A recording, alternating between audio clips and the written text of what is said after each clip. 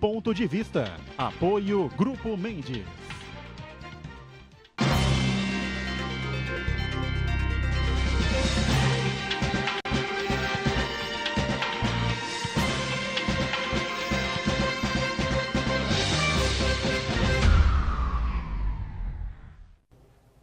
Olá, está começando aqui mais um Ponto de Vista, você sempre conosco aqui pela Santa Cecília TV, neste horário da 1h30 da tarde, a tradição do debate político e dos temas importantes, né, que formam aí a pauta da cidade, da região metropolitana e, evidentemente, os assuntos de interesse nacional também. Sempre 1h30, horário do almoço ao vivo, né, e a reprise do Ponto de Vista você confere aqui com a gente na Santa Cecília TV às 8 da noite, né, 20 horas, portanto. Porto de Santos, comemorando mais um aniversário da sua fundação, 126 anos da história do maior porto do Brasil e da América Latina. Vamos discutir um pouco sobre o porto, né? Tirar aí alguns aspectos interessantes, não só da história, mas do momento atual em que atravessa o nosso porto aqui, o Porto de Santos, que é o porto do Brasil, na verdade, né? Porque a cidade não manda absolutamente nada, né? Todo o comando, enfim... o comando, na verdade, né, do Porto de Santos acaba sendo a nível federal, né? Isso gera alguns problemas, né, algumas dificuldades, uma série delas, obras aí que precisam ser feitas acabam não acontecendo, enfim, uma série de temas importantes para o Porto, que é, claro, o carro-chefe da economia da cidade, de grande parte da região metropolitana. Quem conhece muito de Porto, foi diretor da Codesp, hoje é Codesp, a empresa que administra, né, o Porto de Santos, Companhia Docas de São Paulo, nosso Fabrício Perdomênico, que hoje atua como consultor portuário. Obrigado por estar com a gente. Tudo bem aí, Fabrício? Tudo bem. Boa tarde ao telespectador. Boa tarde à mesa. Fernando Chagas, cientista político, especialista em finanças públicas, enfim, mais uma vez está com a gente participando aqui de mais uma edição do Ponto de Vista. Tudo bem aí, Chagas? Tudo bem, olá amigos, um abraço a todos, especial aos telespectadores. Se você me permitir, antes de falar de Porto, posso contar uma historinha aqui? Eu trabalho na prefeitura desde 1980, né? Sempre muito vinculado ao Paulo Gomes Barbosa, que foi um adversário ferrenho da Thelma de Souza na eleição que ela foi prefeita de Santos. Aí entramos na prefeitura, né? Estava eu lá, conheci o Fabrício Perdomênico, assessor de finanças. Foi a primeira pessoa a me dar uma oportunidade como chefe na prefeitura de Santos. Seção de cadastro comercial, fizemos uma revolução tributária, um conceito que permanece até hoje, o mais importante disso tudo.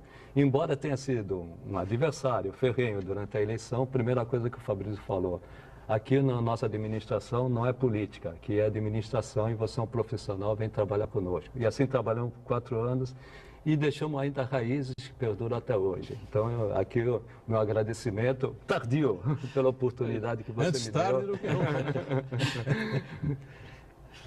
E o nosso Marco Santana, sempre lá na ponta, atento aí às redes sociais, às participações do nosso telespectador e as mensagens e, claro, as transmissões que fazemos aqui no Ponto de Vista. Tudo certo aí, Santana? Tudo certo, boa tarde a todos, boa tarde especial que nos acompanha ao vivo. Quero convidar você a participar do programa, mandando sua pergunta, crítica, sugestão, pelo Facebook, Ponto de Vista com Edgar Boturão, ou por e-mail, contato@pondevista.tv.br.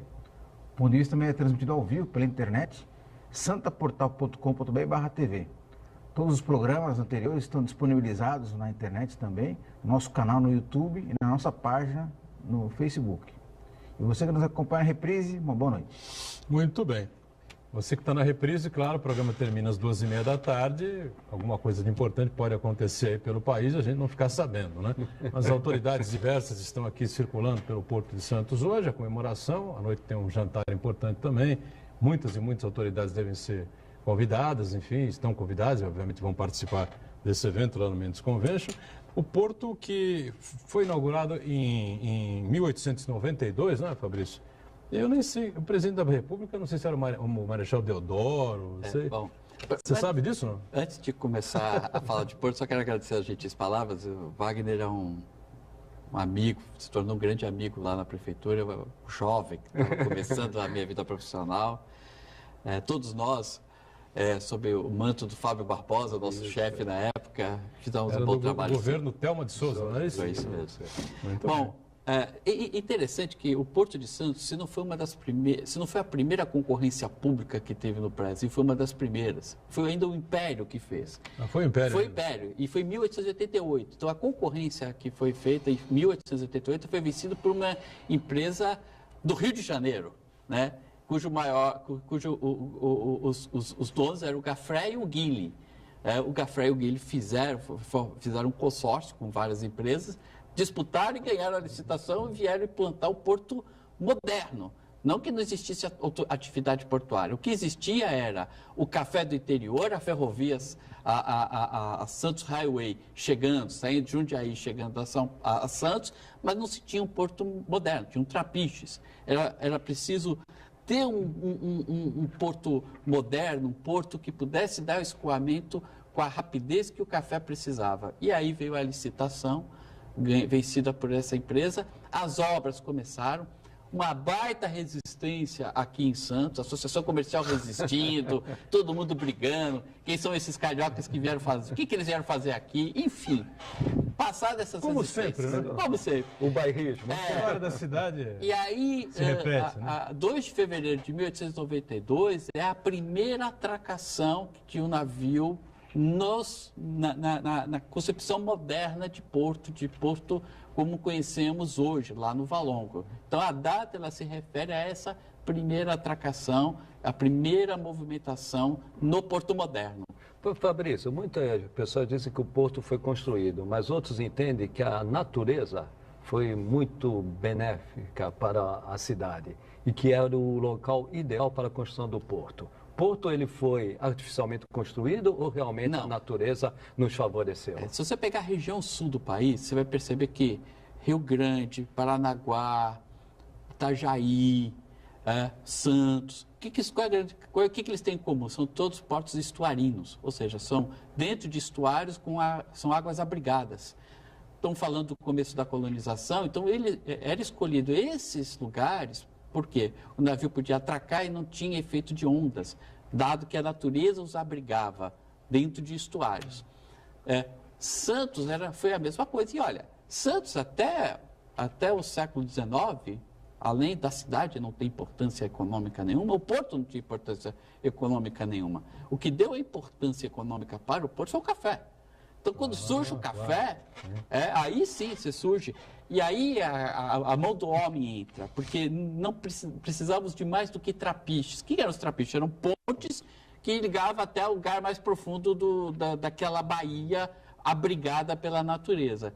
Precisava mais do que isso, precisava de equipamento, precisava berços de atracação, precisava de armazéns. Então, essa estrutura moderna que era necessário para o escoamento do café, e café esse que era a riqueza de Santos, mas era a riqueza do estado de São Paulo e do Brasil. O porto, portanto, começou com a iniciativa privada, né? Foi uma concessão com a iniciativa privada. O Porto Moderno começou com uma concessão pública à iniciativa privada, e quem construiu foi a iniciativa privada, a Companhia Docas de Santos. E naquele período lá, um pouco mais para frente, nós tivemos a febre amarela, né? Discutimos várias vezes aqui esse tempo, né? Virou aí a cidade do medo, a cidade maldita, o porto maldito, sei lá. Mas eu não sei se o Fabrício vai concordar. O porto ultrapassou essa fase aí da febre amarela, com tantas e tantas mortes aqui na cidade, na região, enfim, justamente por causa da exportação do café, né? Você teve... Acho que foi isso que acabou segurando mesmo. Porque você sabe que senão a pessoa teria desviado rapidamente para outro lugar, porque ninguém queria vir para cá. Quem trouxe o Saturnino de Brito primeiro foi a Companhia Docas de Santos, para resolver esse problema. Tem um problema aqui, precisamos resolver. O Saturnino de Brito veio fazer um trabalho para a Companhia Docas de Santos. Depois ele criou os canais, criou o conceito, né? Mas quem vem para cá, a Codesp tem uma mapoteca incrível. Então, ele tem trabalhos do Saturnino da época que ele veio fazer o trabalho de, quais as obras que precisavam ser feitas.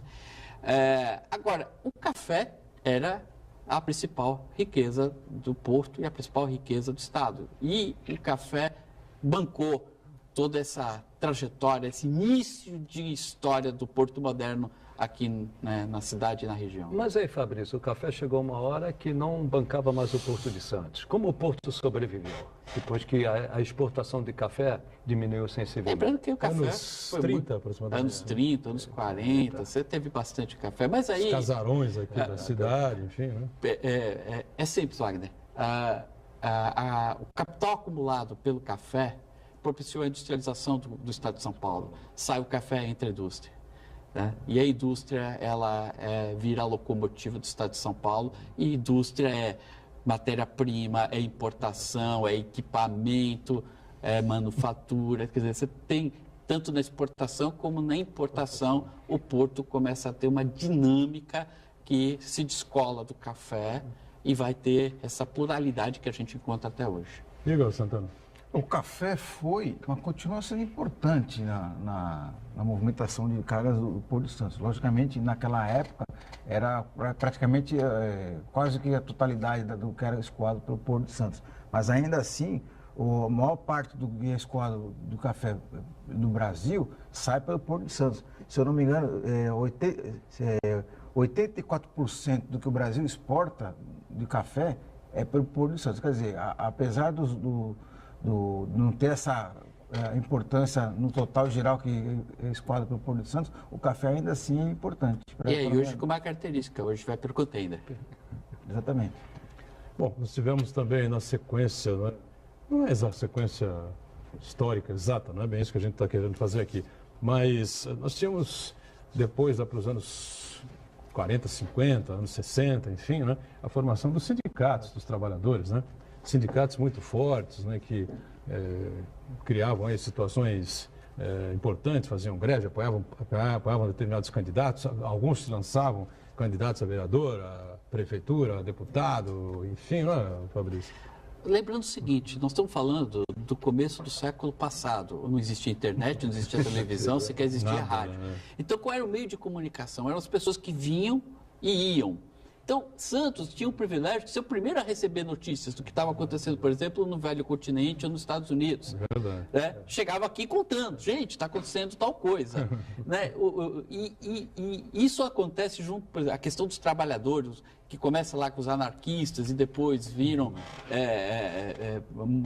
tem aí a parte comunista muito forte, influenciando os sindicatos. Tudo isso é porque Santos era o primeiro a receber a notícia, mais do que São Paulo, inclusive. Passava por aqui e subia a serra. Porque de entrada, né, do mundo. Isso funcionou também não só para a questão política, a área cultural de Santos era muito rica em função disso. Todas as grandes revoluções culturais passavam muito bem por aqui, por função das notícias que chegavam primeiro no Porto de Santos.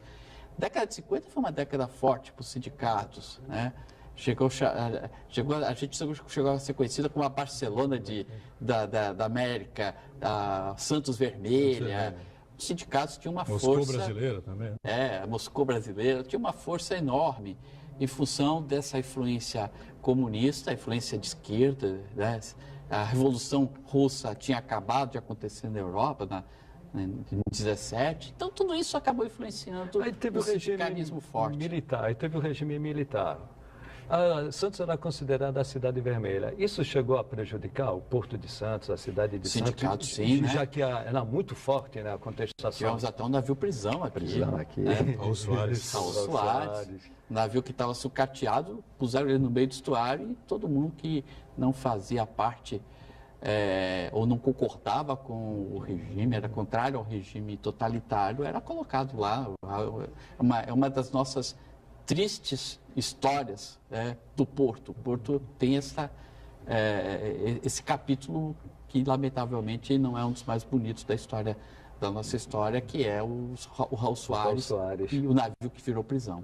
Mas em termos econômicos, em termos financeiros, em relação ao Porto, esse período foi prejudicial, não alterou? Não, veja só, o que acabou acontecendo, o regime militar foi implantado em 64, e coincidiu com os últimos anos da iniciativa privada comandando o Porto, né? Ela ia até 1980. Então, você pega o final dessa fase privada junto com os militares. Então, há uma transição A Ponta da Praia, por exemplo, toda a Ponta da Praia, o porto, né? A parte portuária da Ponta da Praia é década de 70, final da década de 60, 70, já com a mão do centralismo, do planejamento central dos militares. Daí surge depois a Portobras, centralizando as políticas e fazendo os investimentos nos portos. Então, foi uma época de investimento por parte... Houve uma troca, o setor público cada vez menos em função da concessão que está finalizando e os militares cada vez mais comandando o planejamento e o crescimento do porto. Gostaria de começar a falar um pouco sobre o futuro do Porto de Santos. O Porto de Santos já tem uma importância muito grande na balança comercial brasileira, mas se comparado com outros portos do Brasil, tem o índice de performance, índice de desempenho global, né? É um índice que mede a performance dos portos brasileiros. O Porto de Santos está na 45ª posição. Dos portos brasileiros? Os portos mundiais, desculpa, okay. Os portos mundiais, dos portos do mundo. Então eu queria saber do Fabrício, quais são as principais dificuldades que nós temos hoje aí e o que dá para fazer, logicamente não para chegar no topo do ranking, mas para melhorar essa performance. Eu só queria ranking de movimentação ou de produtividade? Ranking de performance logística. É o que eles chamam de LPI. Porque aí tem várias coisas, eles misturam várias coisas. Por exemplo, o tempo de demora da liberação da receita está nesse índice. E é uma coisa que não tem jeito. Lembrando, o porto, ele tem a parte operacional, mas ele tem uma parte que ela engloba N instituições. Você tem a Receita Federal, você tem a Anvisa, você tem a parte marinha, você tem Polícia Federal, quer dizer, são vários organismos, são várias autoridades envolvendo o Porto de Santos, né? O conjunto disso é que eles pegam uma média ponderada de vários indicadores. Do ponto de vista operacional, vamos pegar a vista operacional, eu não tenho a menor dúvida no que eu vou dizer. O Porto de Santos está no estado da arte, comparado com portos de mesmo tamanho. Então, no container, que é uma média boa, nós chegamos a bater 100, 110 movimentos por hora, coisa de porto do nosso tamanho na Europa. Somos melhores que muitos portos americanos, do ponto de vista operacional. O equipamento que nós temos é moderno, a estrutura e o layout dos terminais são modernos. Então, a operação que é privada, diga-se de passagem, ela é uma operação moderna. É isso que eu ia falar. A iniciativa privada faz a lição de casa, faz a parte dela. O problema é quando depende do poder público, seria mais ou menos isso. Exato. E aí, quando entra a mão do Estado, atrapalha tudo. O Estado, ela atrapalha... Você vê, uma greve da Anvisa, né? Aí fala, greve do Porto de Santos. Mas não é do Porto de Santos, é da Anvisa. Mas a Anvisa para todo o porto. Agência Nacional de Vigilância Sanitária. Uma greve da Receita Federal para o porto, mas não é do porto. É uma categoria que está lá reivindicando seus salários, mas para o porto. E a greve o selo fica greve no Porto de Santos. Greve mesmo no Porto de Santos de trabalhador, há quantos anos não tem? Muitos anos. Você não tem uma greve dos trabalhadores, vão parar o porto, estivador, vão parar o porto. Tem muitos anos que não tem, em função de reivindicação salarial. Então, hoje, o porto ele tem uma dinâmica privada muito forte, mas tem a presença do Estado, que é necessário, evidentemente. É ele que fiscaliza, o Estado fiscaliza boa parte dessas operações. Mas quando o Estado intervém, seja não investindo, ou seja, na área regulatória, acaba atrapalhando. Nesse caso, comparativamente, em tecnologia, o Porto de Santos comparado com os portos competitivos da Europa, e também a questão do nosso calado, já que você falou em Estado, a questão do nosso calado, até que ponto atrapalha? Olha, Wagner, tecnologia não perdemos para ninguém, assim. Vamos lá, estou comparando o Porto de Santos com portos de mesmo tamanho, mesma importância. Não estou falando que é Rotterdam, não estou falando que é Singapura, não estou falando que é Xangai. Primeiro porque há diferenças gritantes na movimentação, né, tanto do Brasil como do Porto de Santos, com esses grandes portos concentradores da Europa. Antuérpia. Mas se você comparar com Antuérpia, Barcelona, Le Havre, Houston, portos que a gente já até inclusive visitou, nós estamos no estado da arte. Tecnologia não perdemos. não perdemos... Aliás, por exemplo, a ADM do Brasil está investindo lá na Ponta da Praia. Eu tive a oportunidade de conhecer o equipamento deles. É um equipamento que, eu diria até que está acima da média mundial. Tá? Eles estão com uma tecnologia hoje em que você tem o embarque de soja com pouca poeira, faz muita pouca dispersão de particulado. Uma tecnologia desenvolvida e modernizada pela ADM do Brasil aqui. No container é a mesma coisa. Quando entra, quer dizer, a dragagem não é uma responsabilidade da iniciativa privada, ela é uma responsabilidade do Estado, particularmente da Secretaria Nacional de Portos, Ministério dos Transportes e Codesp. Aí vira uma novela, Boturão. Não tem jeito, vira uma novela. Licitar nesse país é uma novela, conseguir contratar obra nesse país é uma novela. Ninguém confia em ninguém. O Wagner está lá na prefeitura, sabe como funciona isso. Então, a gente criou um arcabouço legal que é importante, mas ele é restritivo. Quer solucionar a questão da dragagem? Tira do Estado e põe na mão da iniciativa privada. Seja lá qual for o modelo de consórcio, como é defendido pelos arrendatários aqui de Santos, através de concessão, enfim, tira do Estado e coloca na mão da iniciativa privada. Aí essa novela acaba. Um intervalo e a gente volta com o ponto de vista daqui a pouquinho. Até já.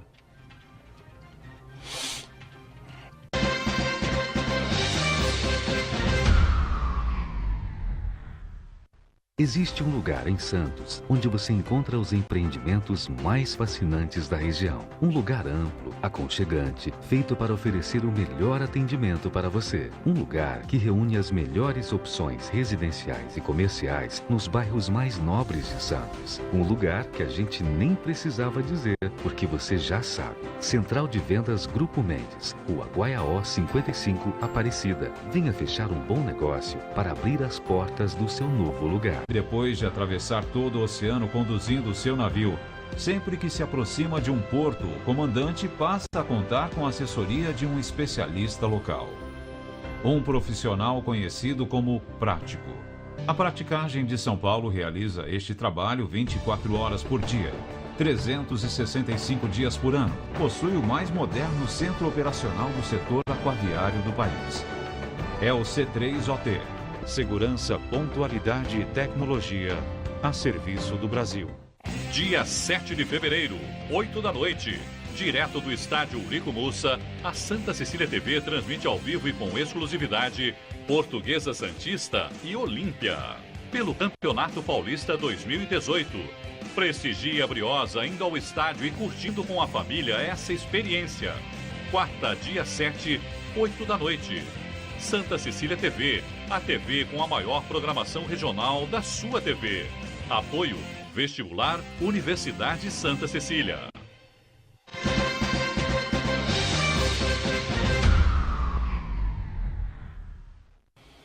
Muito bom, de volta à sequência aqui do Ponto de Vista, falando sobre o Porto de Santos, que completa mais um ano de fundação, né? São 126 anos, né? 126 anos de fundação, e aí impulsionando, né, fortemente a economia da nossa cidade, da região metropolitana. Porém, a geração de empregos, né, como a gente tinha nos anos 70, 80, enfim, a gente não vê mais, né, Fabrício? Aquele 70, 80 mil portuários, sei lá quantas pessoas atuavam no Porto de Santos, e famílias, né, que eram sustentadas por esses trabalhadores, por esses portuários, enfim, aquela comercialização, comércio no centro da cidade, formigando de gente, como a gente estava acostumado, trânsito para lá, dificuldade para cá e tal, lojas e mais lojas atendendo aí as famílias dos portuários, enfim. Depois, claro, o comércio acabou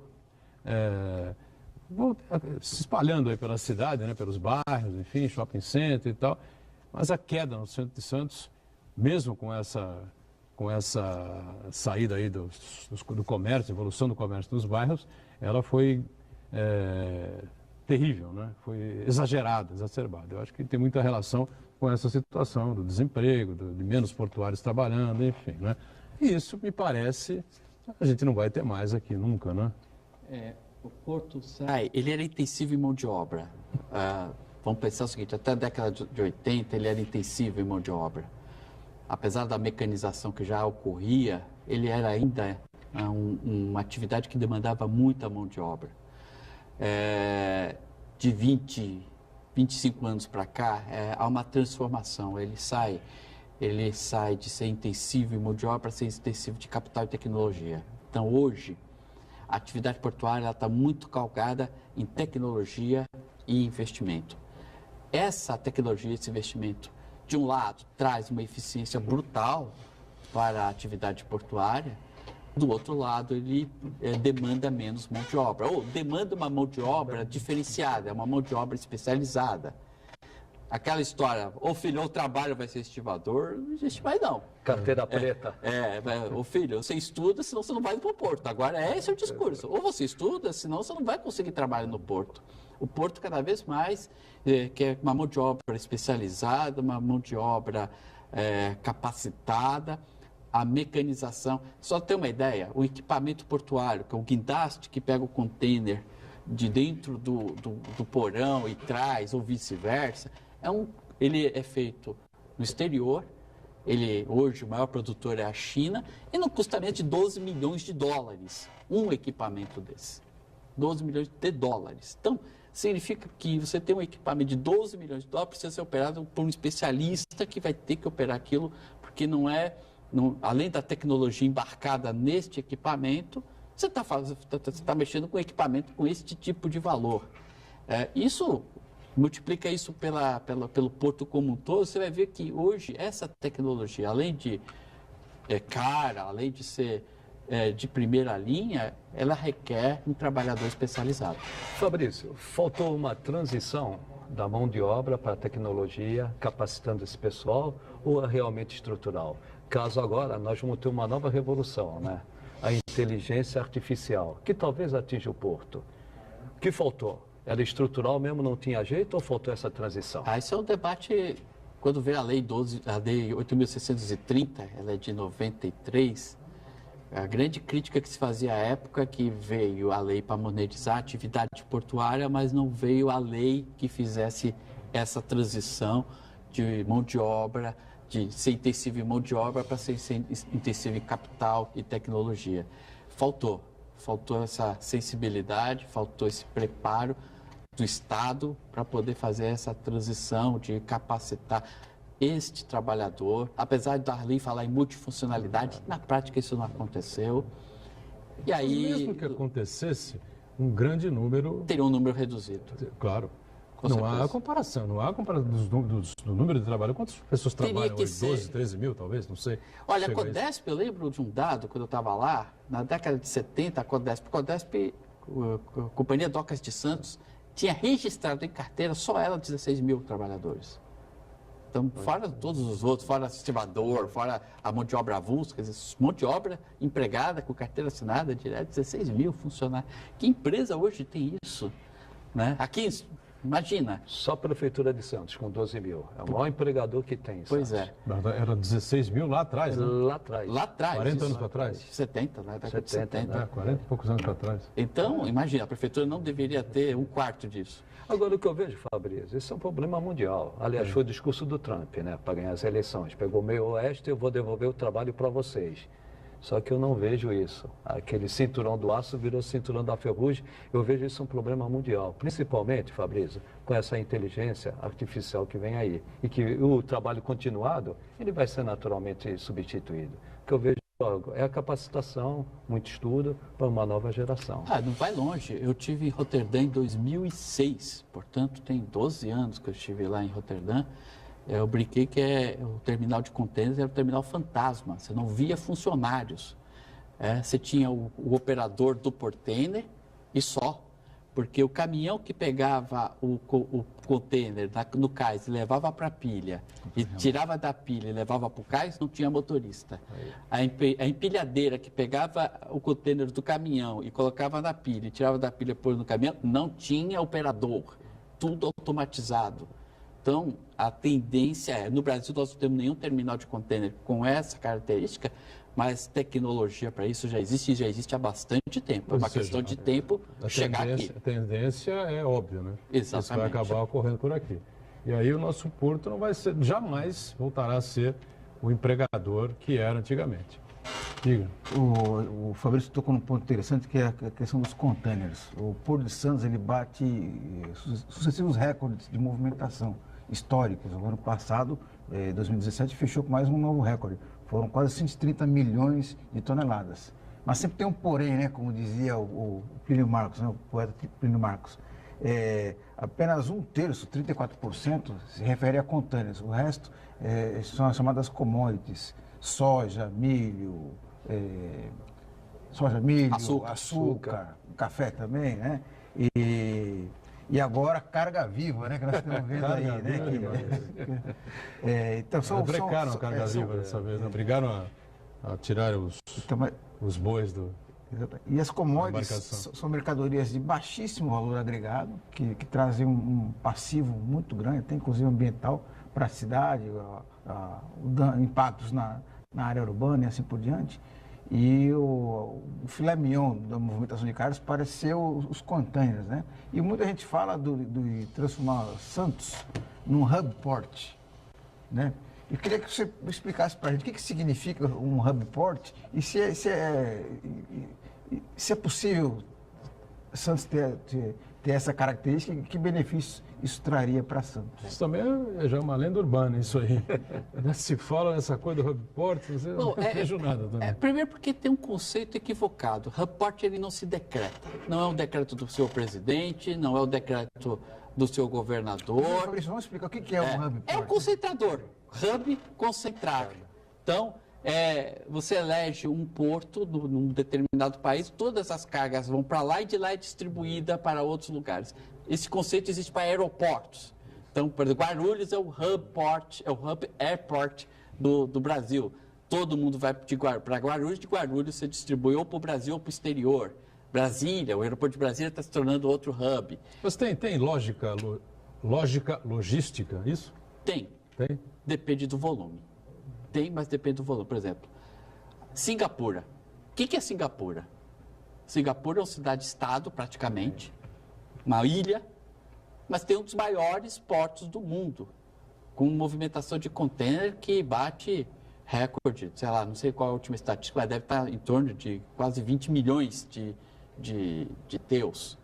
O Brasil inteiro movimenta metade disso. O Brasil inteiro movimenta metade do que Singapura movimenta em um ano. A Singapura é concentradora? É concentradora, mas o país não absorve. Fabrício, coincidentemente eu tenho esse dado aqui, que ontem nós publicamos uma edição especial no Jornal da Hora para marcar o aniversário do Porto.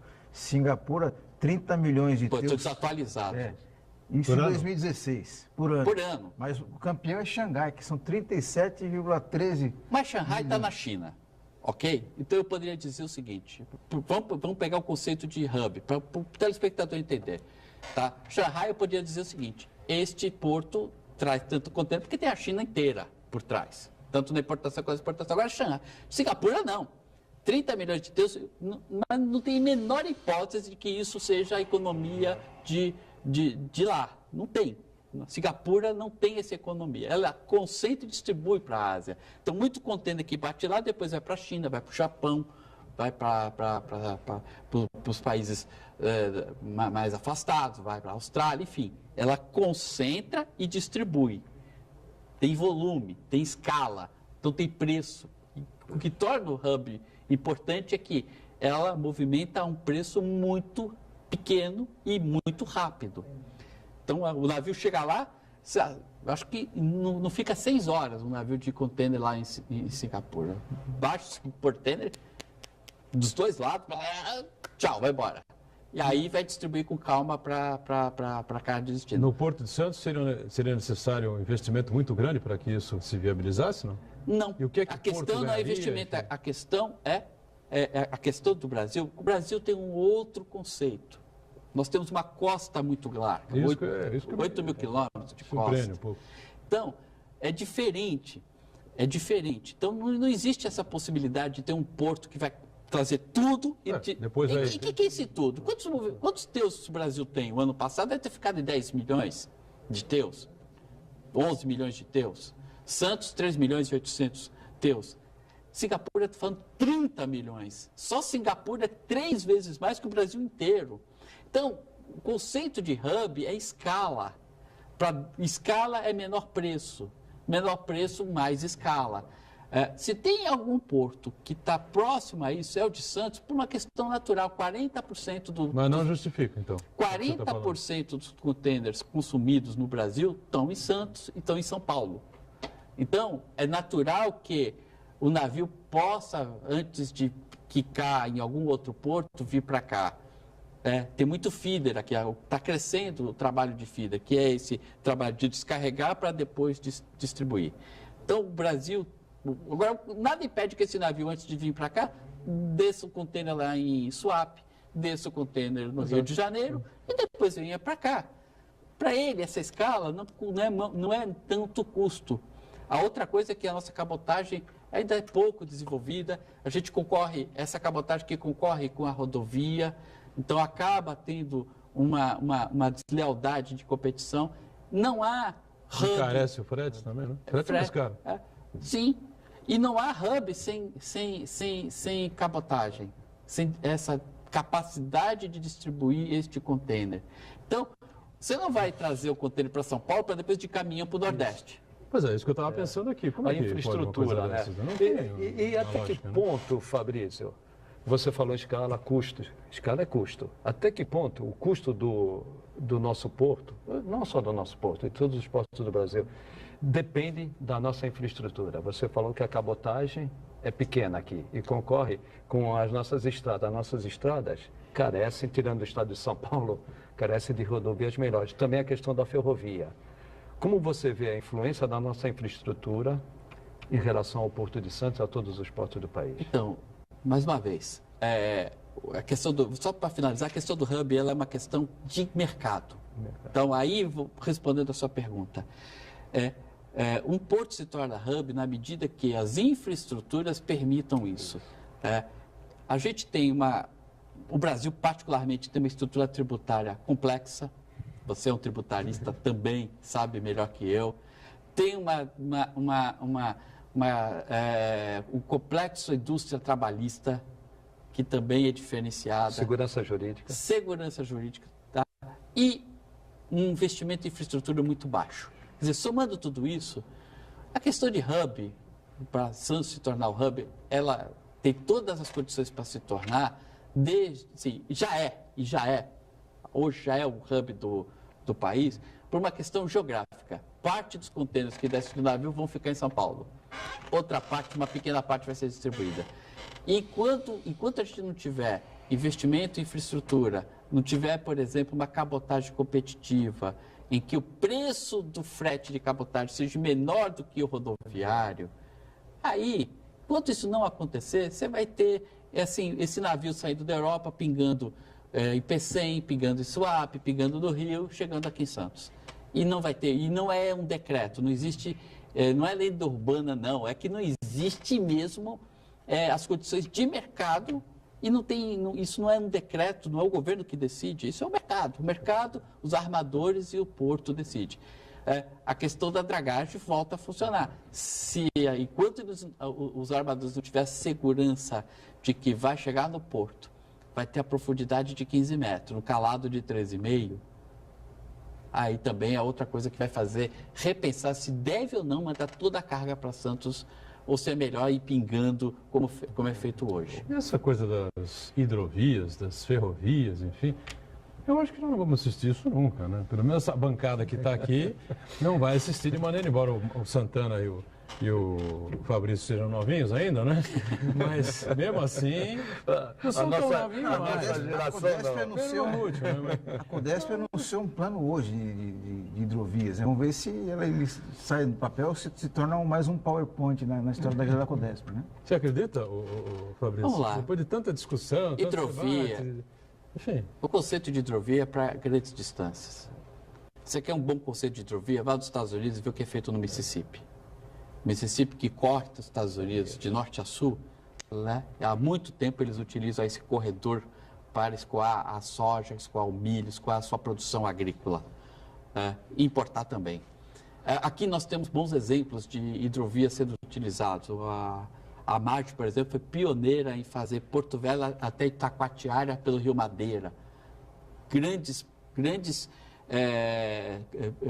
quantidades de soja são transportados pelo Rio Madeira hoje num conceito de hidrovia. Mas ela requer duas coisas. Requer, mais uma vez, escala e grande distância para valer a pena.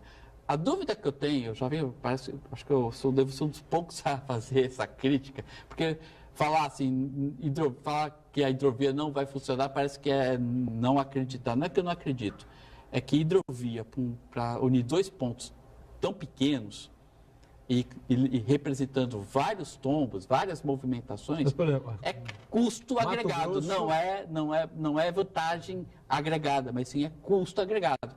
Hidrovia aqui no Porto de Santos, para sair de Cubatão e vir para Santos, sair de Santos para Cubatão, assim, eu não entendo como é que essa conta pode ser feita e ela para de pé.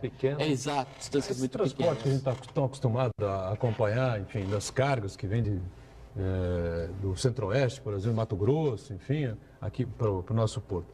O que poderia facilitar? Ferrovias? Ferrovia. Seria ferrovia. Ferrovia. Então. Hidrovia não dá para chegar nenhum rio aqui, porque nós temos uma Serra do Mar no meio do caminho. Você tem alguns... O estado de São Paulo, por exemplo, tem muita sorte que sai de Goiás e vem pelo Rio Tietê e faz o transbordo ferroviário e rodoviário e aí desce para Santos. É um conceito que dá certo há muito tempo já, inclusive, não é uma coisa de ontem. Esse canal hidroviário, ele existe e funciona bem. Só não funciona quando tem a seca do Tietê, né? Mas funciona bem. Fala, Santana. Só para a gente encerrar esse bloco, eu queria fazer, no começo do bloco, eu falei que 1/3 da movimentação do Porto de Santos é de contêineres. Isso daí, eu imagino que é um reflexo, na verdade, da política econômica do Brasil, que privilegia o agronegócio e reflete também a desindustrialização do Brasil. O Brasil não é capaz de agregar valor às suas cargas. O Brasil continua tendo as características que tinha há 200, 300 anos atrás, de apenas exportar matéria-prima. Então, enquanto o Brasil não tiver uma política consistente de industrialização, essa prioridade, esse perfil de exportador de apenas de commodities, de matérias-primas, vai permanecer por um bom tempo. Mais um intervalo, já retomamos a sequência aqui do Ponto de Vista. Em instantes.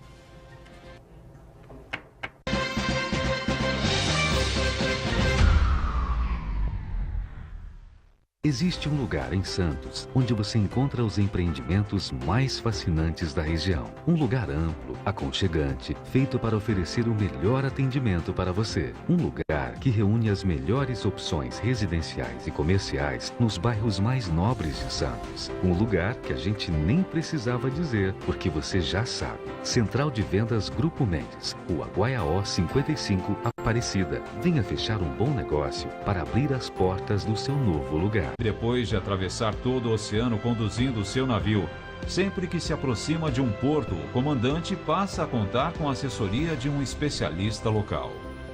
Um profissional conhecido como prático. A Praticagem de São Paulo realiza este trabalho 24 horas por dia, 365 dias por ano. Possui o mais moderno centro operacional do setor aquaviário do país. É o C3OT. Segurança, pontualidade e tecnologia a serviço do Brasil. Santa Cecília TV apresenta Carnaval Santos 2018. Transmissão ao vivo dos desfiles das escolas de samba do Grupo Especial de Santos. Exclusivo, dia 3 de fevereiro, a partir das 8 da noite. Realização, Prefeitura de Santos. Apoio, Universidade Santa Cecília e Reforplan, há mais de 25 anos, fazendo a manutenção do seu condomínio. Promoção Santa Cecília TV.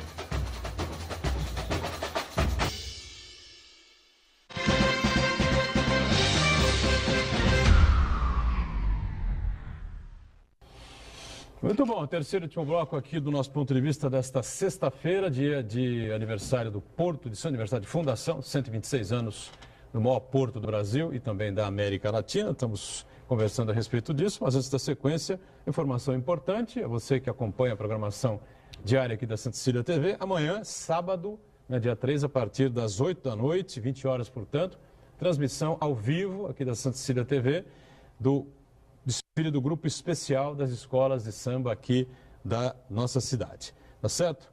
Agora há pouco, o presidente aqui do Sistema Santa Cecília de Comunicação, Marcelo Teixeira, que é um carnavalesco nato, né? Acabou assumindo e confirmando o compromisso com a Liga das Escolas de Samba aqui de Santos. Portanto, transmissão ao vivo do desfile do Grupo Especial amanhã, 8 da noite, aqui na Santa Cecília TV, como já é tradição há mais de 20 anos, né? Do Carnaval da cidade, o desfile das escolas de samba do Grupo Especial a partir das 8 da noite. Confira, certo? Bom, Chagas vive falando aí que o Porto alimenta a economia da cidade, da região metropolitana e tal, embora não tenha mais os empregos que tinham antes, mas sem o Porto acho que vai todo mundo pro buraco, né? Não, eu fiquei surpreendido.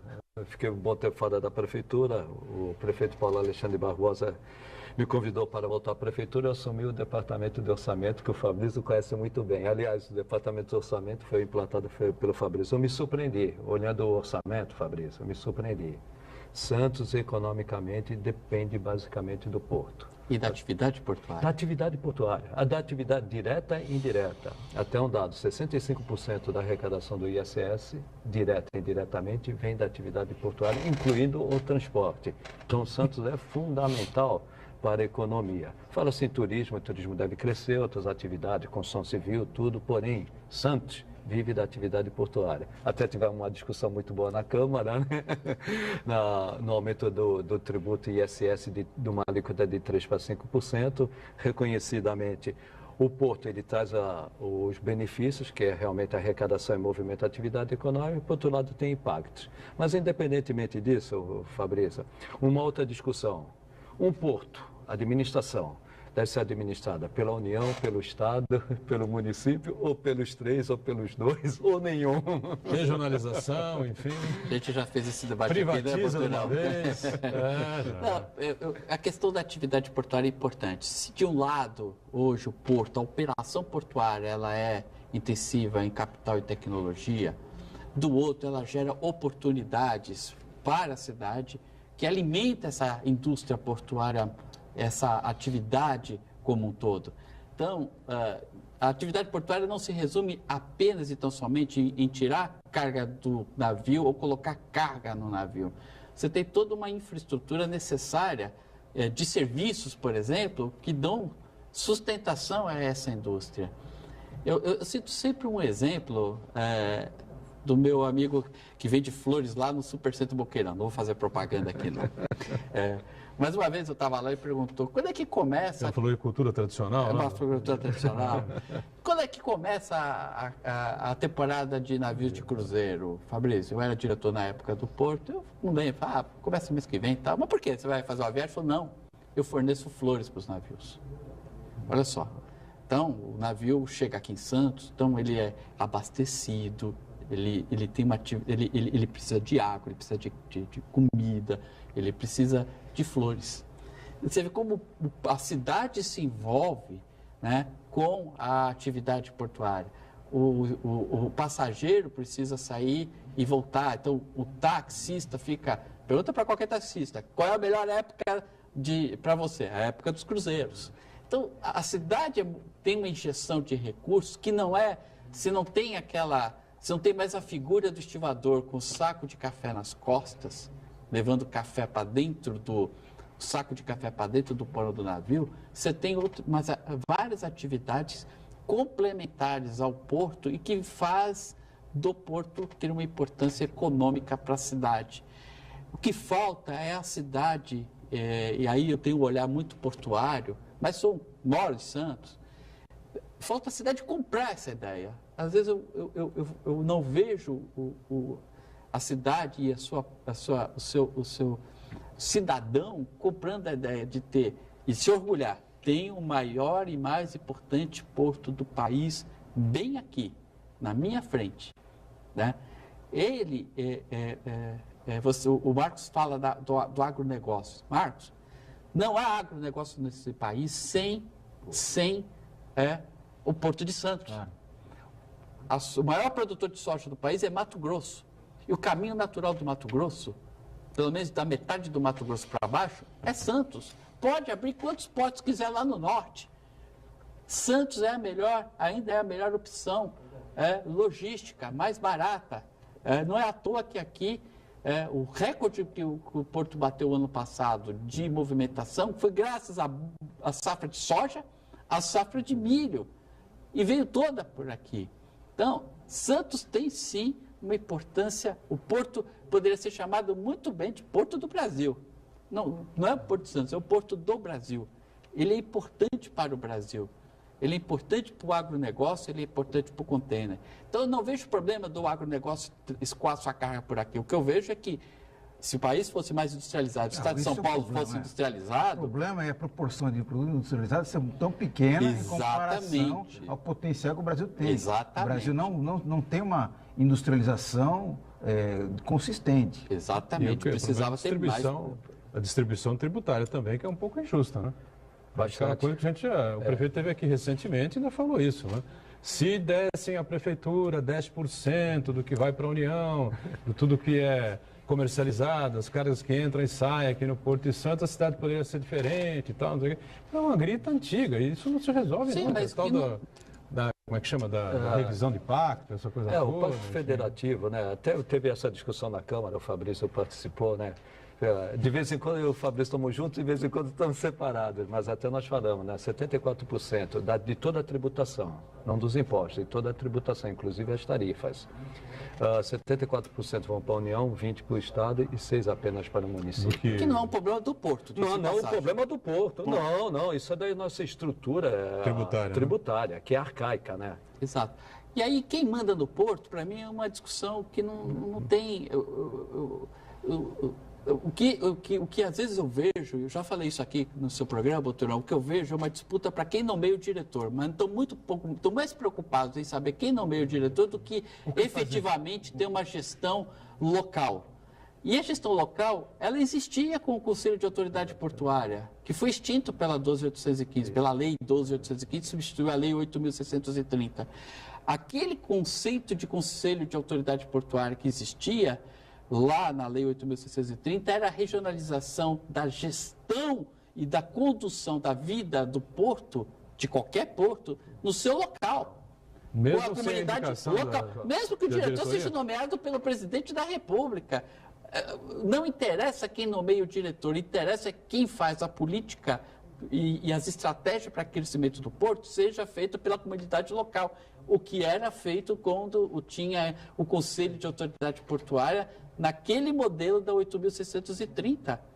Então, independente de quem era o diretor, de quem nomeava o diretor, o Conselho servia exatamente para que a gestão e a definição dos destinos do porto fosse tomado por quem efetivamente trabalha e opera no porto, que era o conceito do CAP, formado pelo bloco de trabalhador, de usuário e de operador, mais o governo. As obras da entrada da cidade, por exemplo, a Codeste não poderia fazer esse investimento? Aí tem uma questão muito mais legal, de legislação, né, porque ela é uma empresa privada, uma empresa pública, mas ela é uma SA. Então, isso é muito mais um conceito legal e de caixa, evidentemente, do que saber quem deve fazer essa obra. A informação de 300 milhões orçamentários por ano que entra na conta da Codeste são imediatamente devolvidos à União por falta de projetos, por falta de não sei o quê. Mas a Codeste não tem o que fazer com o dinheiro. São coisas distintas. Sei, Fabrício, mas essas coisas distintas, né, jogam por terra uma série de situações, uma série de oportunidades. Afinal de contas, o que é que atrapalha fundamentalmente e dificulta a entrada da cidade? É o tráfego de caminhões no Porto e no Polo de Cubatão, né? Então, por que a Codeste não faz essa obra, meu Deus do céu? Se um português entrar aqui hoje e for lá e falar, mas por que os portuários não vêm aqui e resolvem isso? Não vão resolver porque é uma questão que a legalidade não permite. E tal. Em Nova York, a autoridade portuária constrói prédio. O World Trade Center que caiu no ataque terrorista, sabe quem era o proprietário do World Trade Center? A autoridade portuária de Nova York. Então, a autoridade portuária de Nova York faz... A questão é municipal. Que é municipal, tá? Na verdade, ele não é só municipal, é regional. Ali, né? Assim como o Porto de Houston é regional. A questão não é essa, que a legislação permite, aqui não permite. É só isso. É uma legislação aí, burra. Fabrício, Né? mas aí, Fabrício, eu não vou discutir a Codesp. Como você falou, tem os acionistas minoritários. Mas você falou, o Porto não é de Santos, o Porto é do Brasil. Não caberia a União ver com mais carinho Sim. a entrada de Santos? Sim, com certeza. Porque o município não tem recursos para isso. É você lógico sabe isso. bem. Insano O isso. Estado também não tem, tem recursos, mas não na capacidade da União. E a União tem interesse direto na exportação. Direto. Ou seja, de commodities, ou seja, de produto No manufaturado. mínimo é o Estado e a União deveriam ver isso, porque são, do ponto de vista tributário, os mais beneficiados. Os mais beneficiados. Eu concordo com você. São os mais beneficiados, seja pelo ICMS, seja pelo IPI, seja por qualquer um desses impostos que recai sobre a produção. E o Porto de Santos é isso, escoa a produção. Escoa a produção. Outra coisa também é essa questão da ligação seca, eterna discussão. Isso é lenda urbana, né? Isso é. Isso é lenda urbana. A ligação seca entre Santos e Guarujá vai ser um túnel, vai ser uma ponte. Evidentemente que o túnel facilitaria muito mais, enfim.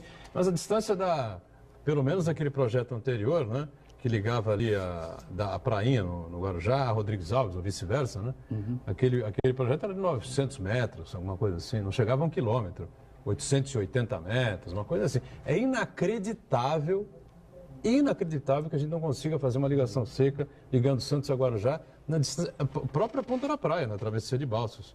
Não dá 1 quilômetro ali. É menos de 1 quilômetro. Você fica às vezes 4 minutos e pouco para fazer a travessia. Você chega do outro lado e vai... É impressionante isso, né? Agora, a quem cabe fazer isso? Quem será o maior beneficiário de uma ligação seca?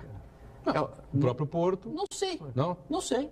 A troca de cargas entre as margens que, por exemplo, impacta e sustentaria um investimento não, como o maior esse? beneficiário do túnel são as pessoas que trabalham em Santos e moram em Guarujá, então, as pessoas entendeu? Concordo. O maior beneficiário são as pessoas que fazem esse turista, é o morador de Guarujá que trabalha em Santos e vice-versa.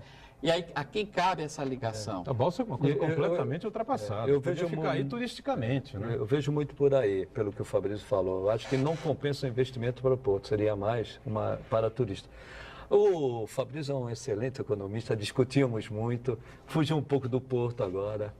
Fabrício, a economia do Brasil, conjuntural e estrutural, a sua avaliação do Brasil, fugindo um pouco do Porto, nós já falamos bastante do Porto. Olha, eu já aproveito e falo sobre a reforma da Previdência. Eu sou um economista esforçado que entende alguma coisa de Porto, olha lá. O PIB deve crescer, fechou a estimativa 1%. É ridículo. Precisa ser economista para saber disso. 1% que é o ano? O ano. 18? 17. Ah, de 17. Que 17 deve fechar em 1%. Alguma coisa em torno de 1%. E falo para 2018, 2,5%. Outro número ridículo. Né? O país precisa de números muito maiores para o desafio que tem, seja enfrentamento da pobreza, da distribuição de renda, seja no investimento na infraestrutura. Né? Precisamos de investimentos. O que eu acho é que, nesse sentido, a grande alternativa é que o Estado, boa parte do Estado já está desmontado do ponto de vista produtivo, mas vamos pegar a questão portuária, que é o que eu entendo. Não falta investimento, não falta vontade da iniciativa privada em investir. Mas deve estar nos escaninhos de Brasília, vou pegar o Porto de Santos, Codesp, alguns milhões de reais em investimentos parados na mesa de burocrata. Ou porque tem muito trabalho e está superlotado de trabalho, ou porque não tem a menor vontade política de fazer a coisa andar. Então, isso aqui precisa terminar. Então, boa parte do que a gente tem hoje poderia estar sendo investido, está parado, faltando autorização por parte do governo de dar essa autorização. Então, Wagner, é possível que a gente pudesse crescer mais se, a iniciativa privada tiver mais liberdade para investir, tiver mais que o governo não atrapalhe, segurança, que o Estado não atrapalhe, segurança jurídica e certeza econômica, né? Que as agências reguladoras definam o que pode fazer e o que não pode fazer, não mude no meio. E o poder concedente não atrapalhe. Não atrapalhe. A reforma da Previdência tem a ver com essa questão? Porque o presidente bate nisso, né? O presidente fala isso e o ministro Meirelles, aliás, o governo do Michel Temer resume-se ao ministro da Fazenda, né? Henrique Meirelles. Né? Ele bate e diz, enquanto não tiver a reforma da Previdência, não tem investimento, não tem emprego, então não sei o quê. Eu sou especialista nisso, mas me parece que a lógica é o seguinte, quanto menos recursos do Tesouro for para a Previdência, mais sobraria para investimento em infraestrutura. Não vou entrar nesse debate porque eu não tenho nem capacidade técnica e nem conhecimento suficiente para saber para dar uma opinião.